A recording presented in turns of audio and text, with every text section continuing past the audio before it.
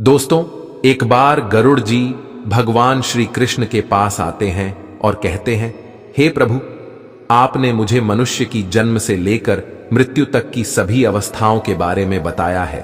मनुष्य की मृत्यु के उपरांत किए जाने वाले सभी क्रियाओं के विषय में भी बताया है। किंतु हे प्रभु, मेरे मन में एक शंका उत्पन्न हो रही है जिसका निवारण केवल आप ही कर सकते हैं।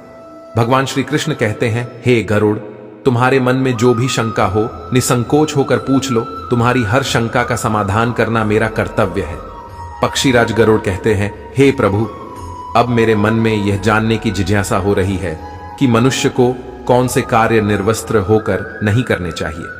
निर्वस्त्र होकर इन कार्यों को करने से मनुष्य को कौन सा पाप लगता है तथा इनके पीछे क्या कारण है। तब भगवान श्री कृष्ण कहते हैं, हे पक्षीराज गरुड़, आज तुमने उत्तम प्रश्न किया है। तुम्हारे इस प्रश्न के उत्तर में समस्त मानव जाति का कल्याण छिपा हुआ है। तुमने यह सत्य ही कहा है कि मनुष्य को कभी निर्वस्त्र होकर भोजन, स्नान तथा शयन नहीं करना चाहिए। निर्वस्त्र होकर यह तीन काम करने से इसका मनुष्य के जीवन पर अशुभ प्रभाव पड़ता है। तुम्हारे इन प्रश्नों के उत्तर देने से पूर्व मैं तुम्हें एक ब्राह्मण का प्राचीन इतिहास सुनाता हूं। इस प्राचीन कथा के माध्यम से तुम्हें तुम्हारे सभी प्रश्नों के उत्तर प्राप्त हो जाएंगे। इसीलिए तुम इस कथा को ध्यान से अवश्य सुनो। इस कथा को सुनने मात्र से ही मनुष्य के पापों का नाश होता है। गरुड़ जी कहते हैं, हे प्रभु, आपके मुख से इस कथा को सुनना मेरा सौभाग्य है। कृपया आप मुझसे वह कथा कहिए, मैं इसे ध्यान से पूरा सुनूंगा और तीनों लोकों में इसका प्रचार करूंगा। भगवान श्री कृष्ण कहते हैं, हे खग, अच्छा ठीक है, अब तुम इस कथा को ध्यान से सुनो। मैं तुम्हें वह कथा सुनाने जा रहा हूं। प्राचीन काल की बात है। मध्य देश में एक अत्यंत शोभायमान नगरी थी। उस नगरी में देवशर्मा नाम का एक विद्वान ब्राह्मण रहता था। उसने चारों वेदों का तथा समस्त शास्त्रों का अध्ययन किया हुआ था। वह नित्य भगवत गीता का पठन किया करता था। देवशर्मा भगवान विष्णु का परम भक्त था। नित्य भगवान विष्णु की पूजा आराधना किया करता था। एक दिन देवशर्मा तीर्थ स्थान पर जाने के लिए घर से निकलता है। वह अपने साथ भोजन बनाने के लिए थोड़े से चावल ले लेता है। देवशर्मा घने जंगलों से तीर्थ स्थान के लिए चलने लगता है। बहुत देर तक चलने के बाद देवशर्मा जंगल में स्थित एक जलाशय के समीप पहुंच जाता है। वह जलाशय अत्यंत सुंदर था। उसके चारों ओर हरियाली और सुंदर वृक्ष थे। फिर वह ब्राह्मण उस जलाशय से पानी पी लेता है और वहीं पर भोजन करके विश्राम करने का विचार करता है। देवशर्मा अग्नि जलाने के लिए लकड़ी इकट्ठा करने निकलता है।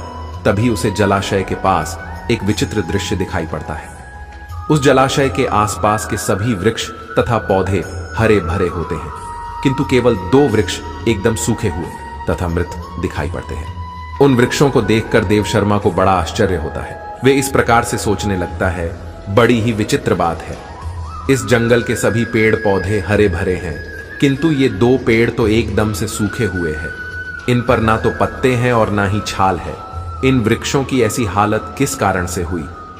इतना सोचते हुए वह मन ही मन प्रसन्न हो जाता है और कहता है, चलो अच्छी बात है, आग जलाने के लिए सूखी लकड़ी का इंतजाम भी हो गया। देवशर्मा उन सूखे हुए वृक्षों के पास जाता है और उनकी टहनियां तोड़ने लगता है। तो अचानक उन वृक्षों से एक आवाज आती है, रुक जाओ ब्राह्मण, रुक जाओ, ये क्या अनिष्ट कार्य कर रहे हो? उस आवाज को सुनकर देवशर्मा चौंक जाता है और इधर उधर देखने लगता है और कहता है, कौन है? कौन आवाज दे रहा है? यहां पर तो मुझे कोई नहीं दिखाई पड़ रहा है। तुम जो कोई भी हो, सामने आकर बात करो। फिर से एक बार आवाज आती है, हे ब्राह्मण देवता, हम तुम्हारे सामने ही हैं, आप ही हमें देख नहीं पा रहे हैं। देवशर्मा कहता है, हे भाई, तुम कौन हो और मेरे सामने कहां पर खड़े हो? मुझे तो कुछ भी दिखाई नहीं पड़ रहा है। फिर से वह आवाज आती है, हे ब्राह्मण देवता, आप जिस वृक्ष की टहनी तोड़ रहे हैं, मैं वही वृक्ष बात कर रहा हूं, किंतु आप मुझे पहचान नहीं पा रहे हो। देवशर्मा ब्राह्मण घबरा जाता है और इधर उधर देखने लगता है। तो उसकी दृष्टि उन दो पेड़ों पर पड़ती है। वह देखता है कि वे पेड़ मनुष्य की वाणी में बात कर रहे हैं। इस विचित्र घटना को देखकर देवशर्मा को बड़ा आश्चर्य हो जाता है। वह कहने लगता है, बड़ी ही विचित्र बात है, ये मृत पेड़ तो मनुष्यों की वाणी में बात कर रहे हैं। ये प्रभु की कैसी विचित्र लीला है। देव शर्मा उन मृत वृक्षों से कहने लगता है, हे वृक्षों, तुम कौन हो और तुम मनुष्य की वाणी में कैसे बात कर रहे हो, और तुम्हें वृक्षों का शरीर कैसे मिला? तुम्हारे समीप इतना बड़ा जलाशय होने के बावजूद भी तुम सूखे हुए हो और बाकी सभी पेड़ पौधे हरे भरे हैं। आखिर ऐसा कैसे संभव है? देव शर्मा की बात सुनकर वह पेड़ बोलने लगता है, हे ब्राह्मण देवता, हमारी ऐसी दशा हमारे कर्मों के कारण ही हुई है। हमने पिछले जन्म में जो पाप किए थे उसी का फल भुगत रहे हैं। देव शर्मा कहता है, हे वृक्ष, कृपा करके आप मुझे आपके पिछले जन्म का वृतांत सुनाइए। तब वह वृक्ष बोलने लगता है, हे ब्राह्मण देवता, अब हम आपको हमारे पिछले जन्म का वृतांत सुनाते हैं। पूर्व काल में मैं धनेश्वर नाम का वैश्य था और ये मेरी पत्नी दुर्मति थी। हम दोनों ही कांचीपुरी में निवास करते थे। मेरा स्वभाव अत्यंत दुष्ट और क्रूर था। मैं लोगों को ब्याज देकर धन कमाया करता था। मेरी पत्नी भी अत्यंत क्रूर और दुष्ट स्वभाव की थी। उसने कभी अपने द्वार पर आए अतिथियों का सम्मान नहीं किया। हमने कभी दान धर्म भी नहीं किया। सदैव ही दीन और गरीब लोगों को सताया करते थे। उस समय हमारी कोई संतान नहीं थी। हम दोनों ही संतान सुख प्राप्ति के लिए भोग विलास किया करते थे। हम निर्वस्त्र होकर स्नान किया करते थे और निर्वस्त्र होकर ही शयन किया करते थे। अनेक वर्षों तक भोग विलास करने पर भी हमें संतान सुख प्राप्त नहीं हुआ। मैंने कभी अपने पूर्वजों के लिए श्राद्ध नहीं किया, कभी तर्पण नहीं किया, उनके लिए कभी दान धर्म भी नहीं किया, जिस कारण से मेरे सभी पूर्वज रुष्ट हो गए। मेरा मन सदैव ही काम वासना से भरा हुआ रहता था। हम दोनों पति पत्नी दिन रात भोग विलास किया करते थे। निर्वस्त्र होकर ही स्नान, भोजन तथा शयन किया करते थे, जिससे समस्त देवी देवता और पितृ भी हमसे रुष्ट हो गए। इस प्रकार से अनेक वर्ष बीत जाने के पश्चात हम पुत्र प्राप्ति की कामना से तीर्थ यात्रा पर निकले। रास्ते में जाते समय एक नदी किनारे हमने निर्वस्त्र होकर संबंध बनाया। दुर्भाग्य से उसी नदी में डूबकर हम दोनों की मृत्यु हो गई। मृत्यु के पश्चात हमें ले जाने के लिए यमराज के 2 दूत प्रकट हुए।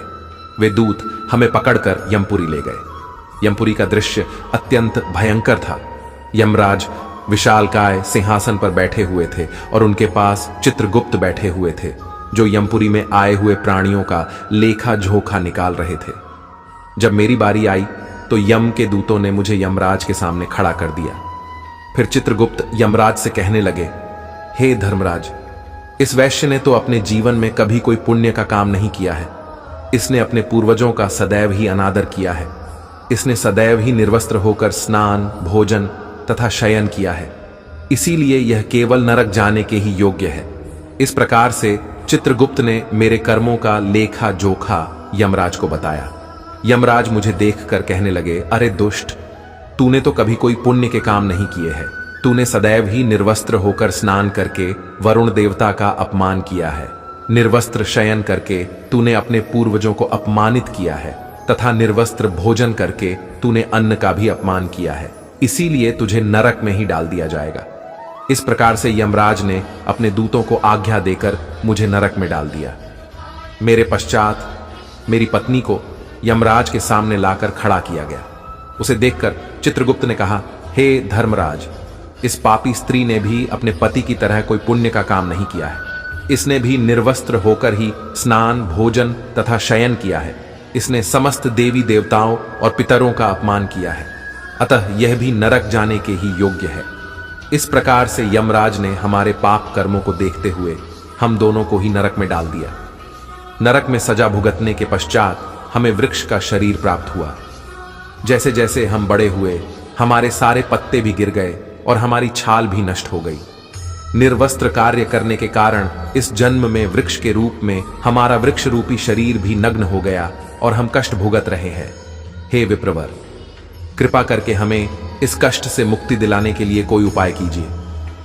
इस प्रकार से उन दोनों की बात सुनकर देवशर्मा को उन पर बड़ी दया आ गई। देवशर्मा उसी स्थान पर बैठकर भगवान विष्णु की प्रार्थना करने लगा और वृक्ष बने उस वैश्य और उसकी पत्नी की मुक्ति की कामना करने लगा।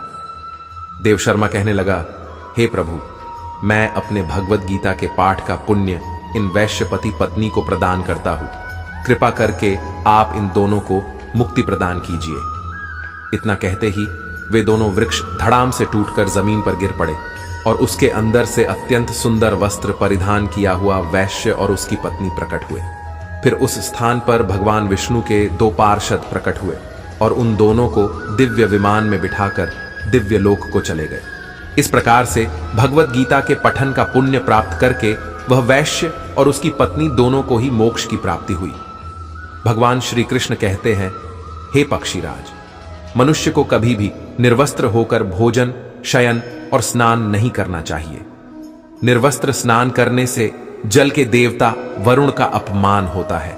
निर्वस्त्र भोजन करने से अन्न की देवी मां अन्नपूर्णा का अपमान होता है और निर्वस्त्र शयन करने से समस्त पितृगण रुष्ट हो जाते हैं। इसीलिए मनुष्य को निर्वस्त्र होकर ये 3 काम नहीं करने चाहिए। तो दोस्तों, इस प्रकार से भगवान श्री कृष्ण ने गरुड़ जी को महत्वपूर्ण ज्ञान दिया है। आपको यह कथा कैसी लगी कमेंट करके अवश्य बताएं। जानकारी अच्छी लगी तो वीडियो को लाइक जरूर करें और कमेंट में जय श्री कृष्ण अवश्य लिखें। साथ ही चैनल को सब्सक्राइब करें। आप सभी का धन्यवाद।